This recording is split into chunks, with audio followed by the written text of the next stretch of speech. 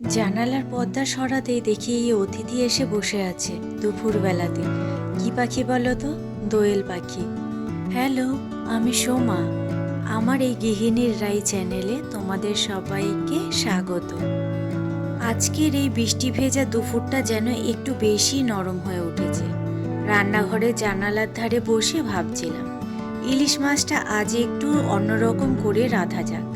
মনে পড়ে গেল ছোটবেলার একটা কথা। সেদিনও এমনই এক বর্ষার দুপুর ছিল। বৃষ্টির শব্দে ঘুম ভাঙতে মা বলল, চোখ খোল, আজ বেগুন ইলিশ হবে। আমি লাফিয়ে উঠেছিলাম খুশিতে। ইলিশ মাছ ছোটবেলা থেকে বড্ড প্রিয় আমার। দাঁড়াও, এদিকে আবার ভাতটা চাপিয়েছি, গল্প করতে করতে ভাতের কথা হয়তো ভুলেই যাব। একটু দেখে নি ভাতটা হয়েছে কিনা। না, এখনো ভাতটা হবে। চলো, ছোটবেলার গল্প তোমাদের সাথে আজকে শেয়ার করি। মায়ের হাতের ইলিশ মাছটা যখন সর্ষে আর কাঁচা লঙ্কা দিয়ে কষা হতো, সেই গন্ধটা যেন ঘরের দেওয়ালে বসে থাকতো।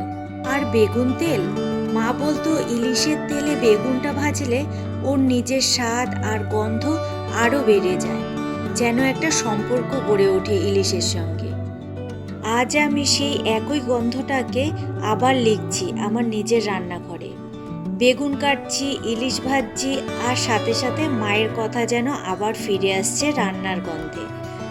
আর তাই এই ইলিশ আর বেগুন আজ আর শুধু রান্না নয়, আজ একটা মায়ের গল্প আর ছোটবেলার গল্প। একটা প্রজন্মের হাত ধরে ছোটবেলায় ফেরা। গল্প করতে করতে কাজটা আমার অনেক দূর এগিয়ে গেছে। দেখো, এদিকে বেগুনও কাটা হয়ে গেছে, ইলিশ মাছটাও ভাজা হয়ে গেছে।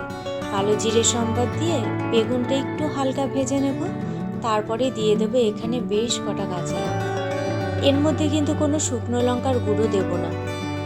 বেগুনটা হালকা করে ভেজে নিয়ে এর মধ্যে দেখো দিয়ে দিলাম জিরের গুঁড়ো আর চেরা কাঁচা লঙ্কা আর একটু লবণ আর হলুদ।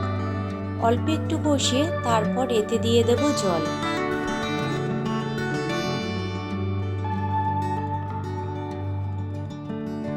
পরিমাণ মতো জল দিয়ে তারপর দিয়ে দিলাম মাছটা। এবার ইলিশ মাছটা ফুটলেই নামিয়ে নেব। ইলিশ মাছ হতে কিন্তু বেশি একটা সময় লাগে না।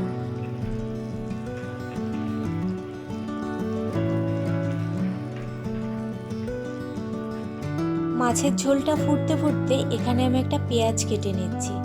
কাঁঠালের দানা আজকে বাটবো।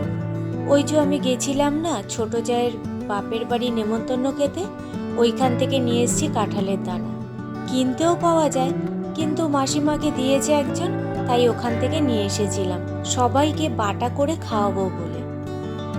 দেখো, মাছটা আমার হয়েই গেছে। এবারে আমি কাঁঠালের দানাটা রেডি করে নেব। এই যে এই দানাগুলো না কালকেই কেটে একেবারে রেডি করে রেখেছিলাম, না হলে সকালবেলায় খুব তাড়াহুড়ো পড়ে যায়। দানাগুলো দেওয়ার আগে আমি তেলে একটু কালো জিরে আর শুকনো লঙ্কা দিয়ে নিয়েছি। এবারে কাঁঠালের দানা দিলাম, তারপরে পেঁয়াজ কাঁচা লঙ্কা দিয়ে ভালো করে ভেজে নিয়েছি। একটু নরম নরম হয়ে গেছে। এবারে এটা মিক্সিতে বেটে নেব। কিন্তু হয়েছে একটা কাণ্ড। এখন সন্ধ্যে 7:30 বাজে আর আমি এখন রেডি হচ্ছি, যাব ও বাড়িতে। ও বাড়িতে বলতে শ্বশুর বাড়িতে।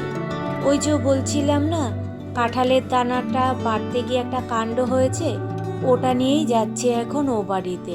আর দেখবে কাঁঠালের দানাটা বাড়তে গিয়ে কি পরিস্থিতি হয়েছে। এই দেখো, দানা অল্প একটু বাটা হয়েছে আর দেখো সব গোটা গোটা। মিক্সিটাই আমার খারাপ হয়ে গেছে। একটা টিফিন বাটি করে এই ব্যাগটার মধ্যে ভরে নিলাম। এখন ও বাড়িতে যাব। লাইটটা দাঁড়াও বন্ধ করে নিয়ে গেটে তালা দিয়ে চলো এবারে যাই ও বাড়িতে। ও বাড়িতে যখন যাচ্ছি এটা আর মিক্সিতে বাটবো না, এটা শিলনোড়াতেই বাটবো।